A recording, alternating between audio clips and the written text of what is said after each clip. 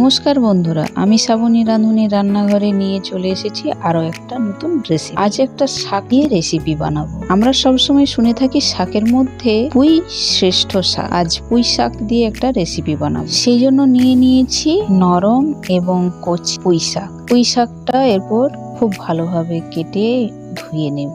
শাকটা একটু বড় বড় করে কেটে নেব, খুব একটা কুচি করার প্রয়োজন নেই। নিয়ে নিয়েছি আলু এবং আলুটা লম্বা করে কেটে নেব। পুঁই শাকটা বানাবো মাছের মাথা দিয়ে। রুই বা কাতলা মাছের মাথা হলে খুব ভালো হয়। পুঁই শাকের এই রেসিপিটা বানানোর জন্য যে বাটা মশলার প্রয়োজন, সেই বাটা মশলাটা প্রথমে রেডি করে নেব। সেই জন্য নিয়ে নিয়েছি সর্ষে। এখানে কালো সর্ষে ব্যবহার করেছি, চাইলে সাদা সর্ষেও ব্যবহার করা যেতে পারে। নিয়ে নেব কাঁচা লঙ্কা, পেঁয়াজ, রসুন এবং সামান্য পরিমাণে জল দিয়ে মশলাটা খুব ভালোভাবে বেটে নেব। এবার দিয়ে দেবো কড়াইয়ের মধ্যে কিছুটা পরিমাণে সর্ষের তেল। তেলের মধ্যে ফোড়ন হিসাবে দিয়ে দেবো শুকনো লঙ্কা। তেলটা গরম হয়ে এলে এর মধ্যে দিয়ে দেবো 5 ফোড়ন এবং দিয়ে দেবো মাছের মাথাটা। মাছের মাথাটা ভেজে নেব উল্টে পাল্টে এবং টুকরো টুকরো করে ভেঙে নেব। মাছের মাথাটা ভাজা হয়ে এলে এর মধ্যে দিয়ে দেবো কেটে রাখা আলু। আলুর টুকরোগুলো উল্টে পাল্টে একটু ভেজে নেব।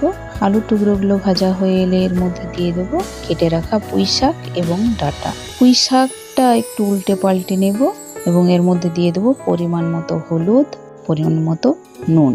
আবার উল্টে পাল্টে খুব ভালোভাবে মিক্স করে নেব। এবার দিয়ে দেবো লঙ্কার গুঁড়ো। লঙ্কার গুঁড়োটা মিক্স করে দিয়ে দেব কিছুক্ষণের জন্য ঢাকা। 5 মিনিটের জন্য ঢাকা দিয়ে রেখেছিলাম। এরপর ঢাকাটা খুলে নিয়ে দিয়ে দেব বেটে রাখা সর্ষে। সর্ষেটা দিয়ে উল্টে পাল্টে মিক্স করে নিয়ে এর মধ্যে দিয়ে দেবো সামান্য পরিমাণে জল এবং নেড়ে চেড়ে দিয়ে দেবো ঢাকা। ঢাকাটা 10 মিনিট পর খুলে নিয়ে আবার একবার উল্টে পাল্টে উপর নিচ করে মিক্স করে নেব এবং দেখে নেব আলু এবং পুঁই শাকটা সেদ্ধ হয়েছে কি। যদিও এই রেসিপিটা বানানোর জন্য খুব একটা সময় লাগে না। এরপর আবারও সামান্য পরিমাণে জল দিয়ে খুব ভালোভাবে মিক্স করে নিয়ে ওপর থেকে কাঁচা সর্ষের তেল ছড়িয়ে নেব এবং রেসিপিটা আমার রেডি।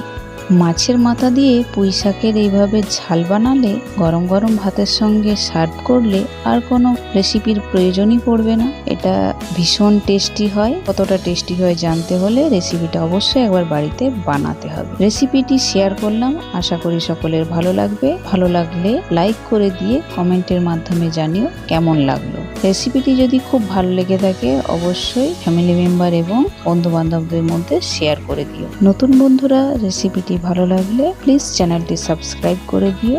যে বন্ধুরা ফেসবুক থেকে দেখছো রেসিপিটি ভালো লাগলে পেজটি ফলো করে দিও। ধন্যবাদ।